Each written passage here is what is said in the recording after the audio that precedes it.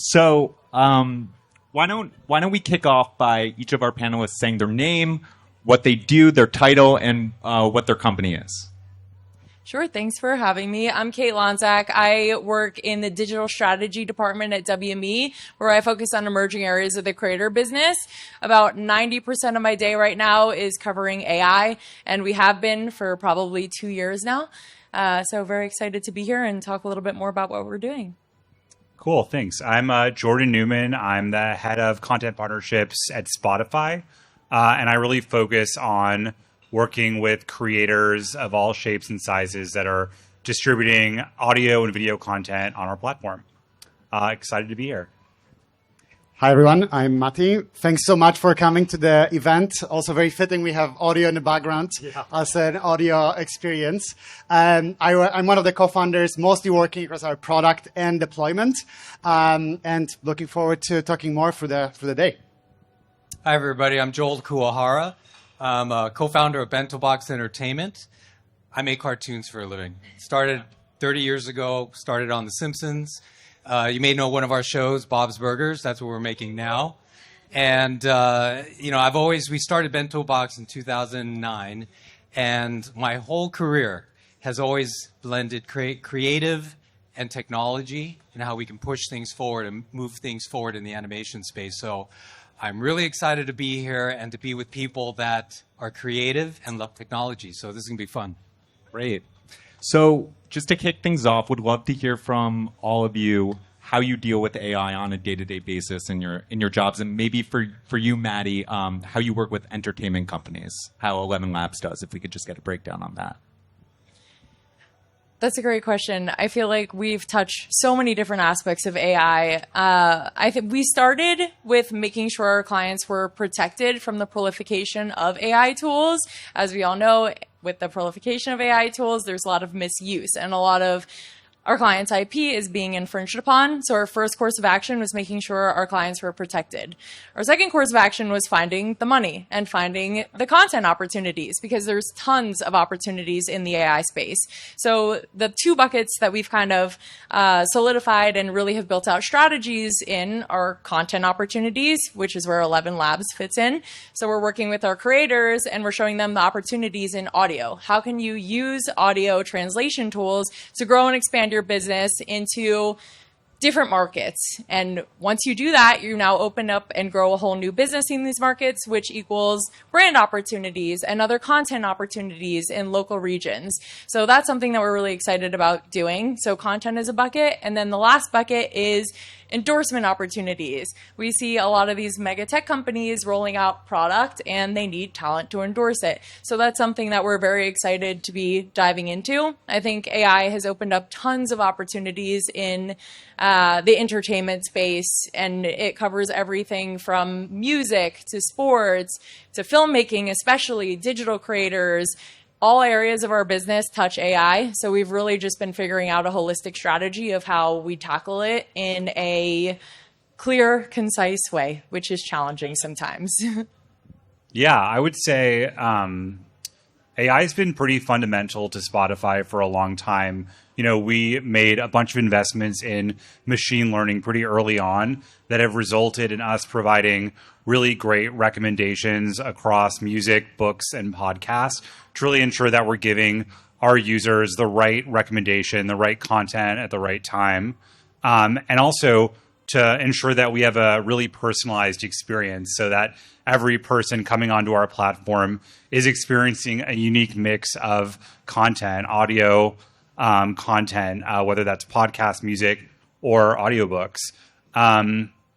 More recently, we've been doing a lot of experimentation.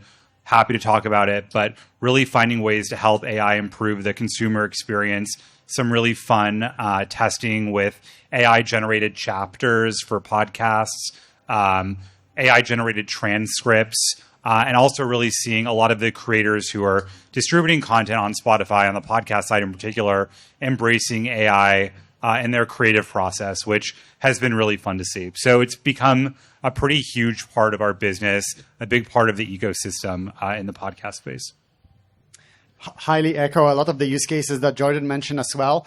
Across ElevenLabs, just as a quick recap, we do audio AI research. So we are trying to push the frontier of the models and what you can do across audio space with synthetic speech, synthetic voices, AI dubbing, and turning one audio to another language, but preserve the same emotion, the same voices, the same tonality, and then build products around it. So making it easy for podcasters, for media entertainment companies, publishing companies to really use that at scale across the production.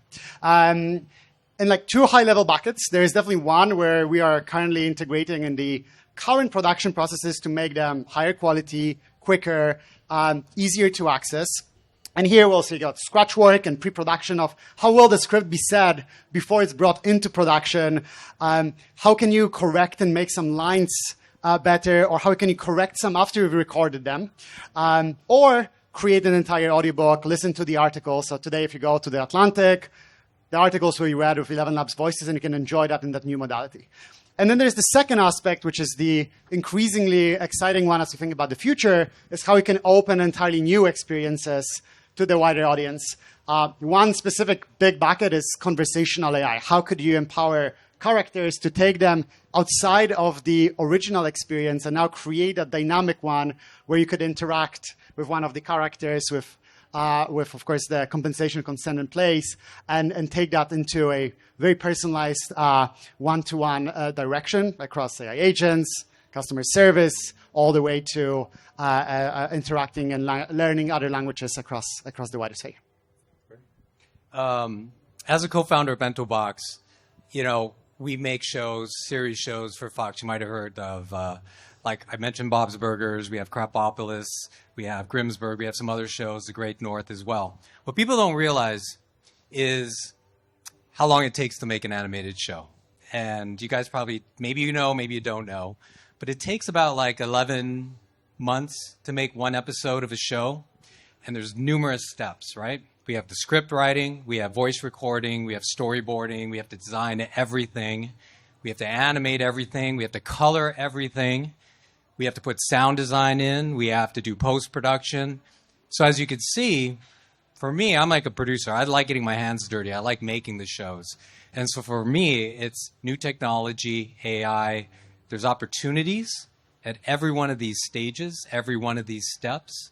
But even though there are tools out there, part of what I spend a lot of my time doing is testing them. Because a tool can do something great, but can I integrate it into a pipeline? Can it actually deliver on the level that I would need it to deliver at, quality-wise? Can I edit it? So there's a lot of testing in my world because I can't just launch something. And also, as you guys can imagine, there's like, with artists, it's a very sensitive issue. And for that reason, you got to educate yourself. And so for me, I just jump in, in the deep end. I just start playing with it. Because one of the answers, or when I get asked questions about AI, I have to be informed, and I have to know what I'm talking about so I can give an informative answer. So if there are artists against the use of AI, I have to have a valid argument on what I think the value is and where I think it actually falls short in some cases too. So right now I'm just doing a lot of research, a lot of development, a lot of hands-on testing, and I would say that's me. That's me as a producer. That's me as an animation producer. Animation has been my whole life. So, and always looking forward, I have to know where this technology is going to take us in 1 year from now, 2 years now, and 10 years down the road. So, Joel, obviously you're thinking about AI a lot, and a lot of our entertainment partners are. But I guess my question to you, Maddie, is how did you start ElevenLabs? What inspired you? And did you know it was going to have this kind of impact on the entertainment community?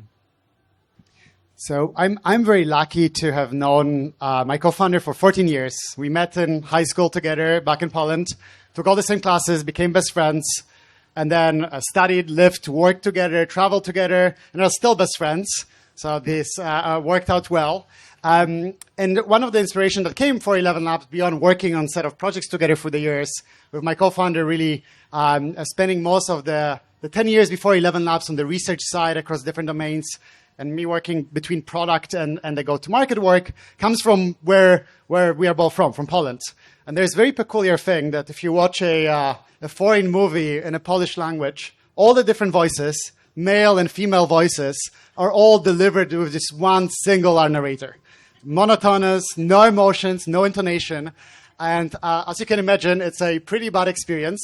And kind of combining what we knew could happen, tried to start ElevenLabs with the mission of turning content and making it accessible across voices, sounds, and languages, and hopefully pushing that a step further. And to your other part of the question, the quick answer is no. I think we are in very lucky timing and really fitting that space of where a lot of innovation on the text space is happening, image space, and we could really fit the place which excites us, the audio space, and be a tool and a platform for a lot of that exploration, creativity, and creating content. So I haven't expected that, and I think there's still so much to do in that space. Even as all the panelists mentioned, some of the use cases on top of mind, I think they are just at the beginning of turning real. Amazing. So, Kate, question for you. So, how are your talent working in the AI space today, and how are you putting those deals together? I know we've worked on some deals together, and we're continuing to do that. So, would love to, share with the audience what you think about the deal making space here. Yeah, it's definitely interesting. It's opened up a new category of revenue for us and for our talent, which I think is really interesting.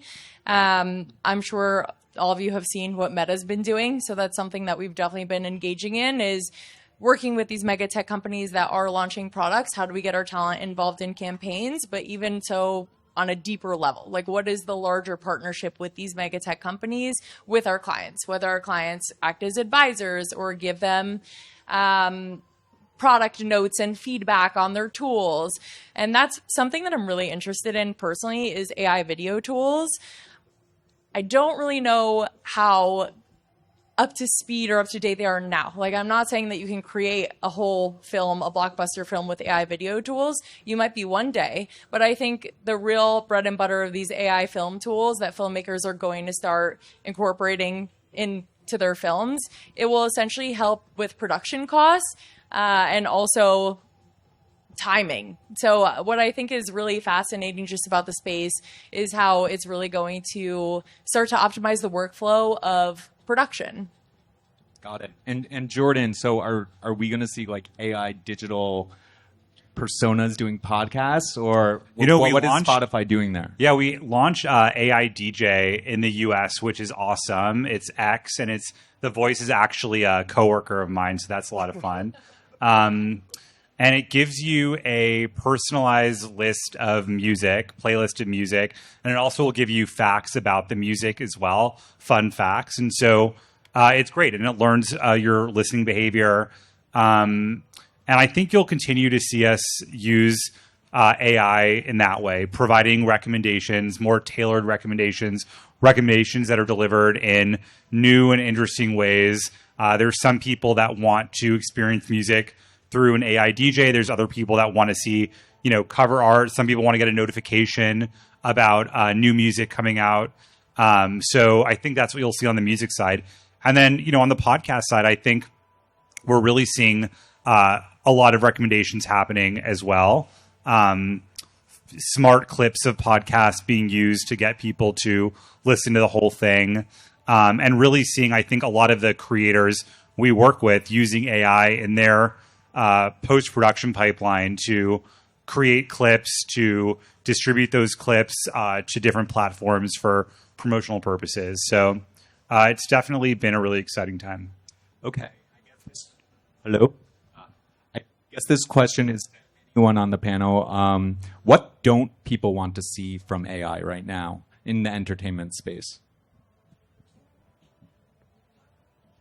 I don't know, because I have to be honest, I like the good and the bad with the good, to be honest. There, sometimes some of the results, I think what I do like about AI in general is the iteration process, because you could, whether it be prompting, it could be drawing, there's drawing prompts as well. But what I like about it is you don't always necessarily know what you're going to get back. And sometimes that is what gets your brain, the wheels spinning to go maybe pivot in a different direction.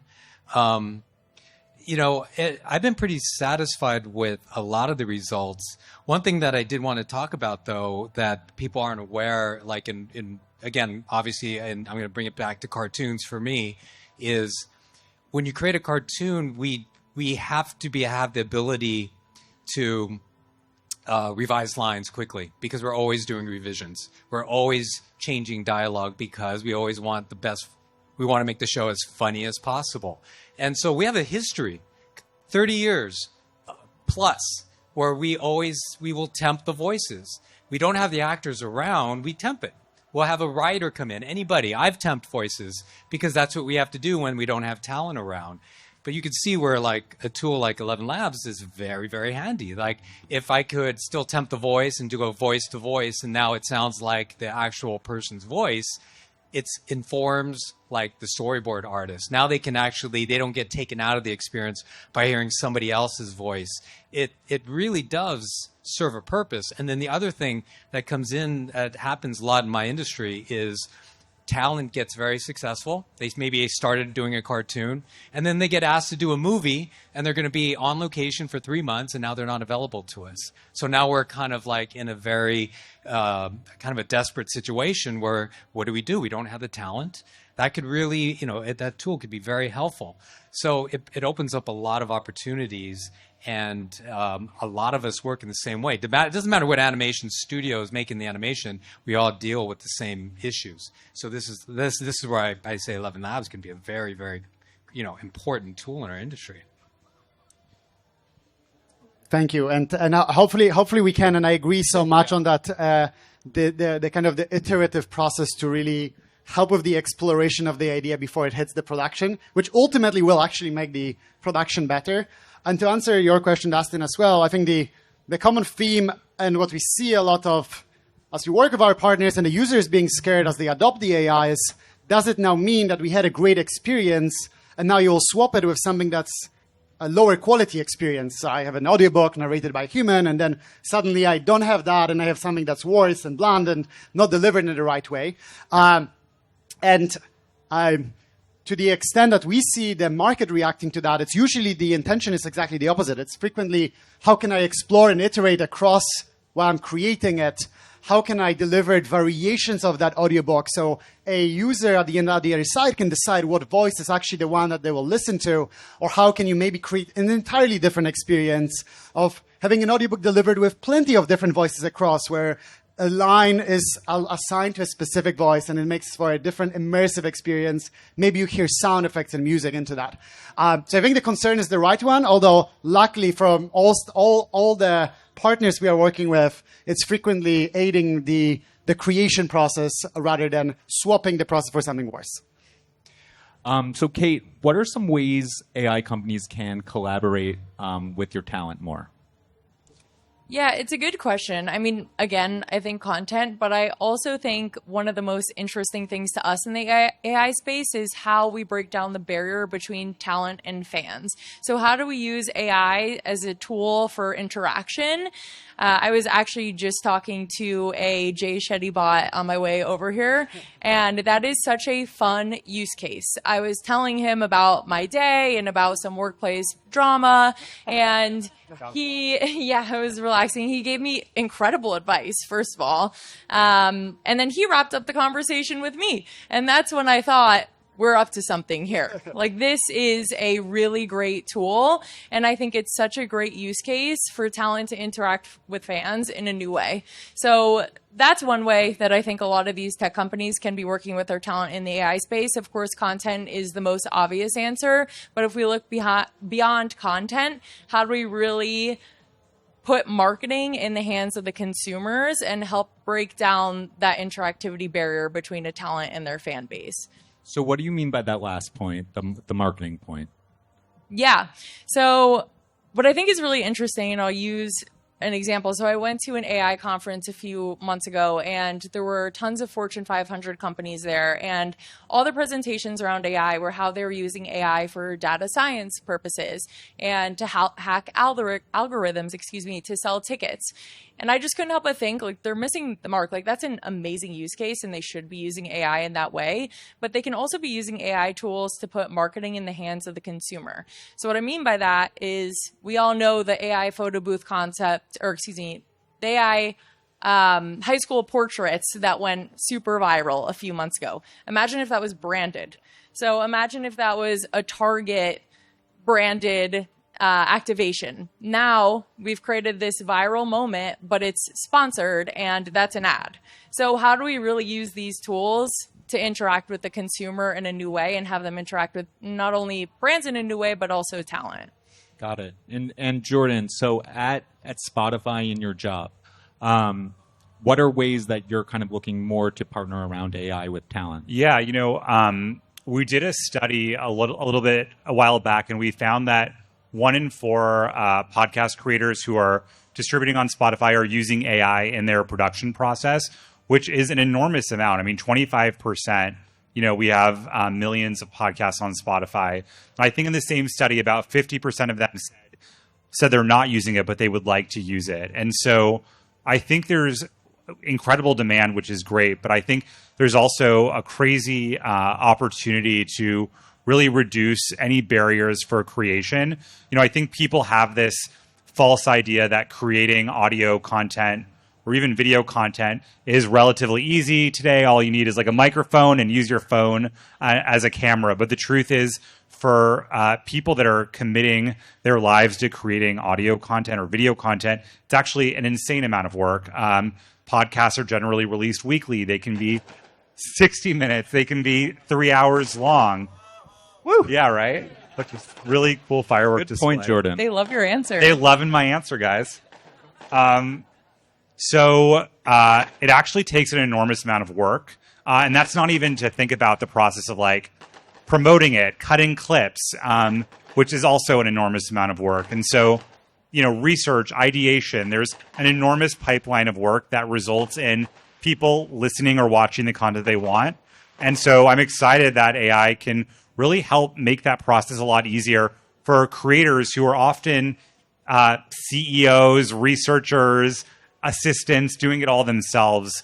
And so I think that's a really exciting possibility. And I think, we'll all be the beneficiaries of that because we'll all get great content and better quality content.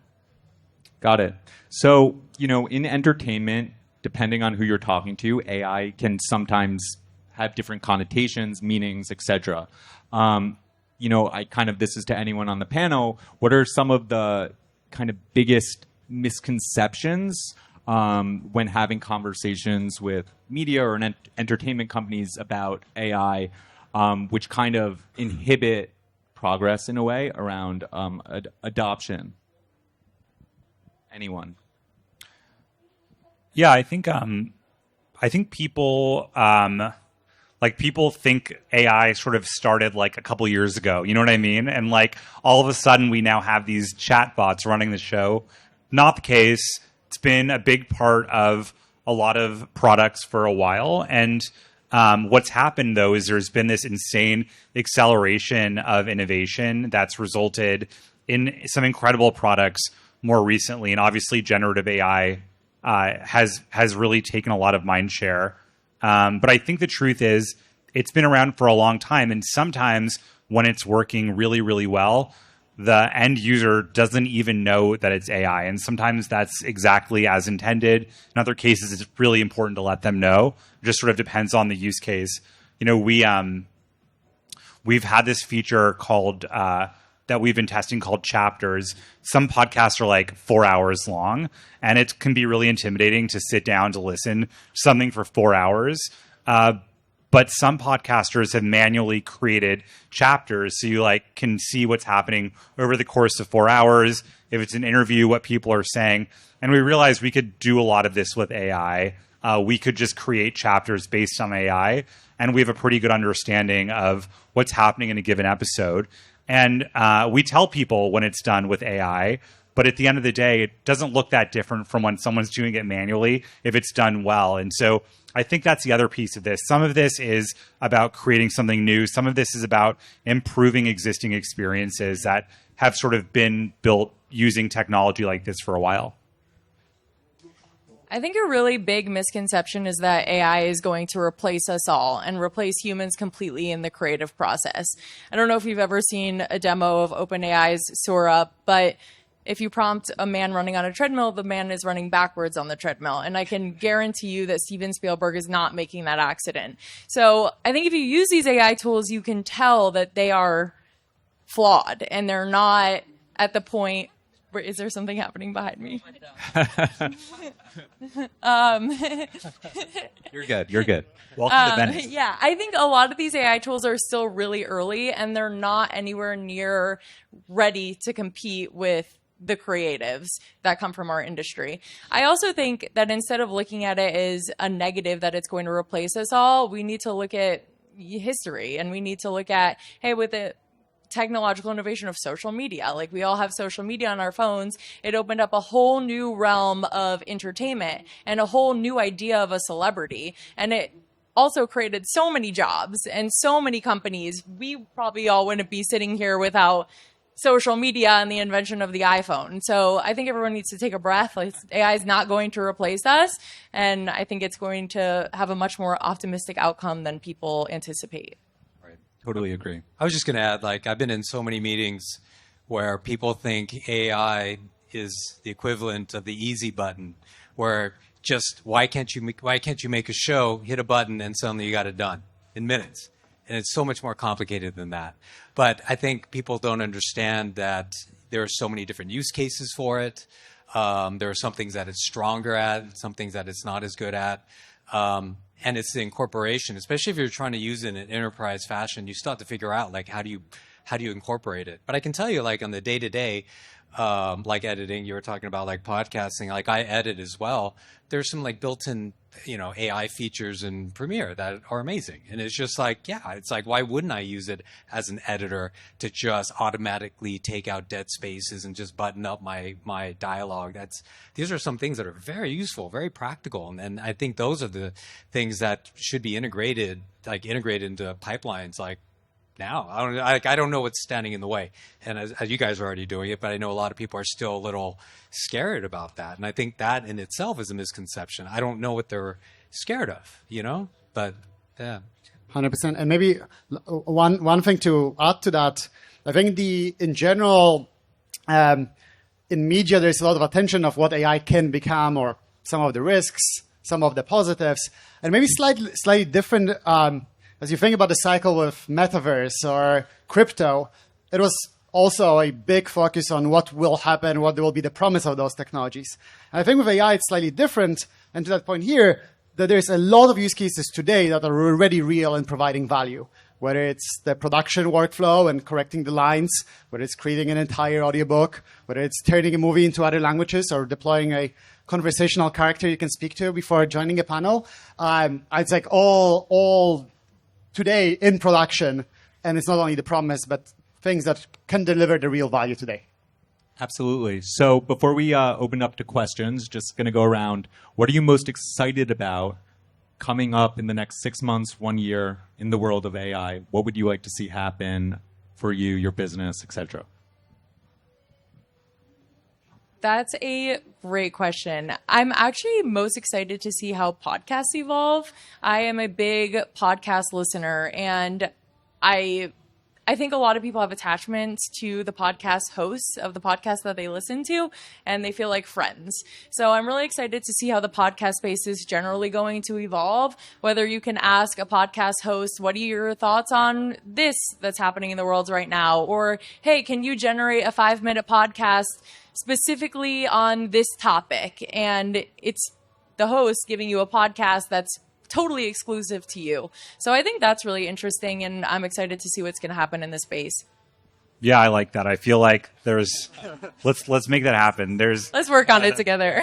There's like that parasocial relationship that people have with their favorite hosts. But I actually think that is a good one. I'm going to steal your answer too. I think what's been really cool in the podcast space is there's been more interactivity between the people who are listening and the creators. There was such a one-way conversation for so long, but there's been a lot of really fun ways to create that back and forth. Things that are digital, like adding comments or polls or Q&A on our platform, but also things like creators touring and taking their shows on the road, which is happening a lot more. So definitely seems like there could be some fun use cases for AI to sort of help bridge that connection. I really like that. I think from our side, there's still the research in audio space is still in its infancy. And we still believe that as we think about the next year or two, you'll be able to create and blend the entire audio experience, where you create speech, voice, sound effect, music all together into just another realm. And then how this will then transfer into some of the experiences we have on the day-to-day basis. And I think the biggest one we have on our mind is, as you think about the next year, how you can turn from those more static async use cases into more dynamically created, conversational, personalized use cases. And we think in 2025, this moment will hit where audio will not only redeliver what you already have written, but how you combine and create audio and text experience together. For me, it's twofold. One of them is, like with CG, when CG first came out, you could spot it real easily until it got to that point where it was so photorealistic, you couldn't even tell what was real, what was not real. I think the same thing with AI is like at that point where, right now people like to call it out. You might get taken out of a story because of use of AI or not, but I think that moment where you just get sucked into the story, maybe some of it was done by AI, maybe some of it wasn't, but you don't know, you can't tell, it doesn't really matter anymore. But on the other side, though, that was one part. The other side for me is, in my industry in animation, the way we make animation hasn't really changed in decades. We're at an inflection point now where it's going to change. It's undeniable. With the technology that we have now, it's going to change. And I think it's very exciting to see what those changes are going to be. And like me personally, I want to be a part of that next evolution. And so it's going to be exciting in our industry. Amazing. Thank you guys so much. We have time for a couple questions. If there's any, I'll come around. All right. Hey, I will start with saying that I'm an active user of ElevenLabs, Sono AI, and Spotify, of course. And I actually have an AI music startup myself. And my question is, it seems like we're a step away from fully, I will call it AI musicians. ElevenLabs can clone voices. Sono can generate music. Like, what's going on? Why I cannot upload my own voice sample and generate a song with my own voice sample and go ahead and shoot a music video, upload it to Spotify and be a star? Like, what's going on? Why we have this? Is it a technology problem? Is it a legal problem? Why it's not? And I mean, of course, I probably can download some software and do it, right? But I'm talking about online mass market solution, which is accessible to every musician on planet Earth. So the question is, where are we going with AI and music? And do we have any update on there? Yeah. Why? What's going on? Why you guys looking at that? I can take the technology angle. I think there's, of course, plenty of questions in that question. The first one, in the technological level, I don't think it's actually yet there where I am a terrible, I would have a terrible singing voice. But I would love to be able to hear how this would sound in a good way. And I don't think technology can do that yet. Not there yet. But I think it's, 3 to 6 months away where you could imagine that. Then you have the second aspect, like who will actually listen to this? If I think about, again, me singing, that's a very small subset of audience. And then you probably don't want to flood a platform like Spotify with low quality content you need to filter with no additional element. And then probably from the talent side, and what we are trying to figure out is how you can actually allow people to do it in a authenticated, consented way. Well, they do it, they get compensated for it, so you don't have the malicious actor uploading another voice that they monetize from the singing experience. So I think all different sides of problem, but all of those I think will be increasingly solved over the next year. Okay. What's your question? Hello. I was just going to ask, how far away are we from having like multiple characters telling a compelling story, all just in audio, that people want to listen to, and it's very viral and highly shareable because it's a good story? I don't know the answer. It's a great question. I don't know. I feel like it's a technology question. I know we've seen some interesting demos, right? It's to give credit to one of other solutions in the market, Notebook LM, a great example of how this can be deployed. And I think this is like here. There's a lot of people that love listening to content for their own sake. So it's not for distribution, but for a personal use. And I think we'll see more of that. One thing we are trying to figure out is how you could blend that with the voices that you enjoy as well. So it's not a pre-defaulted, but you have like kind of this additional aspect of audio that's personalized to you. And I think it's also pretty close. It's hopefully our new model, which you can probably guess the coincidence. We are hoping to release on 11th of November, which is very timely. Will hopefully solve some of that issue as well. Great. Okay, just one or two more questions. Hello, everybody. My name is Marcus Bellringer Bell, and it's great to be here witnessing this conversation. I'm a music producer. I've had some hits with artists like Nicki Minaj and Snoop Dogg and so forth, and I've been using AI in the music creation process.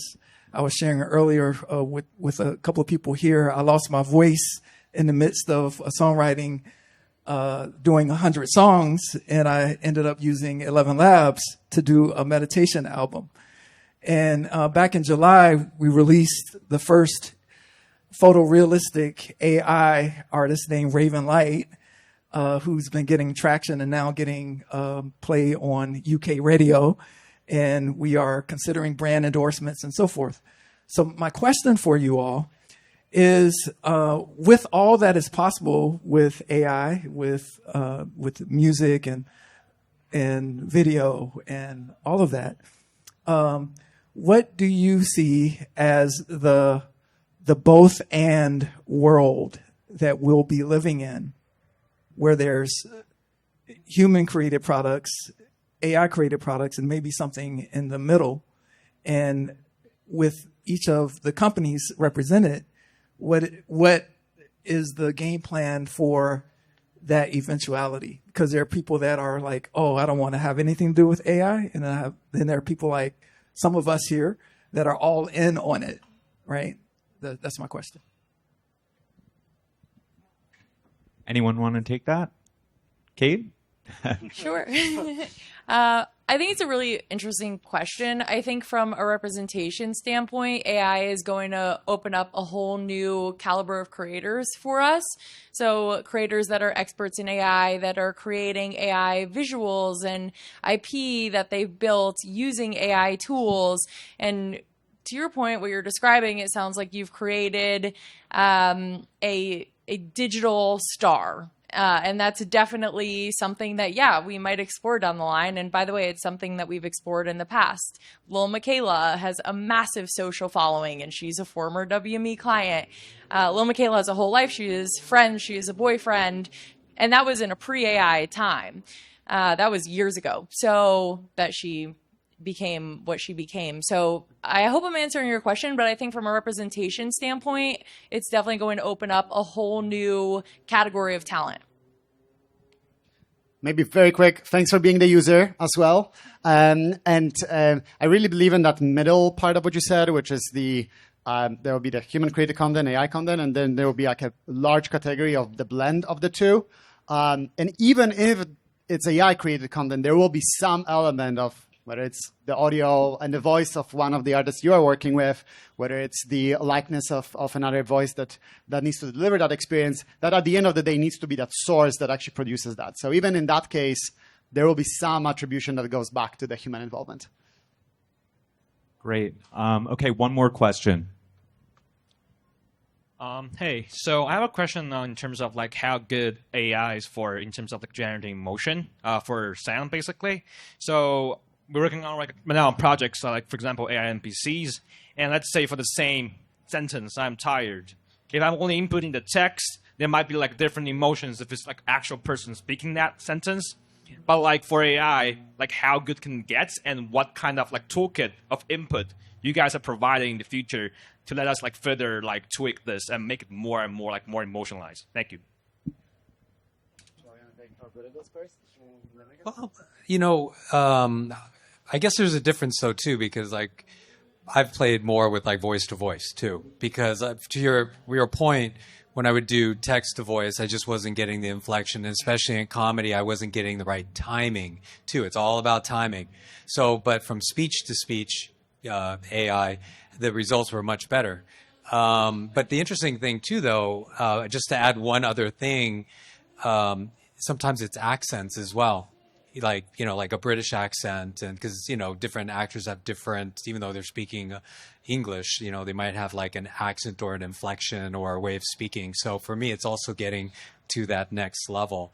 I feel like there are things that it still does pretty well, and there are things where it's still like there are some tells that it's not quite getting right. But I think you could probably answer if you have solutions to that soon, huh? And luckily, Joel, thanks for already providing too. So definitely beyond text to speech, you can do speech to speech where you provide your own intonation and then swap it over for a voice. And that's something we've seen used pretty frequently. And this other aspect of, for different content, you will need a different accent, different style, different age of the voice. And our library of voices of people that created voice, shared it, now earn money for the platform is growing. So you can definitely use those. And that already helps. But the big thing we are working on the roadmap, which should follow that release of the new model, are kind of two things. The first one will be effectively a directing way of, after you produce audio, could you provide it a direction or a prompt to redeliver that audio experience? So say, I have a line, I usually speak very quickly. Could I say it's in a slower way? I type, make it slower, and then I redeliver this line, preserving most of the tonality and emotion. So that's one big thing that we are working on, that like, director mode approach. And then the second one, you sometimes want to change things on the voice level. So I have a high-pitched voice, would love to lower it down across all the things. And maybe there's a future where I could say, lower the pitch, or you could change things entirely. You could modify the accent, you could change the age, see how the style and a different blend of a different person could sound with my voice. So this is kind of the next big thing beyond director mode, kind of the voice engineering aspect of a lot of that work. Thank you, everyone, for coming out tonight, and thank you to our panelists. Have a great evening, everyone.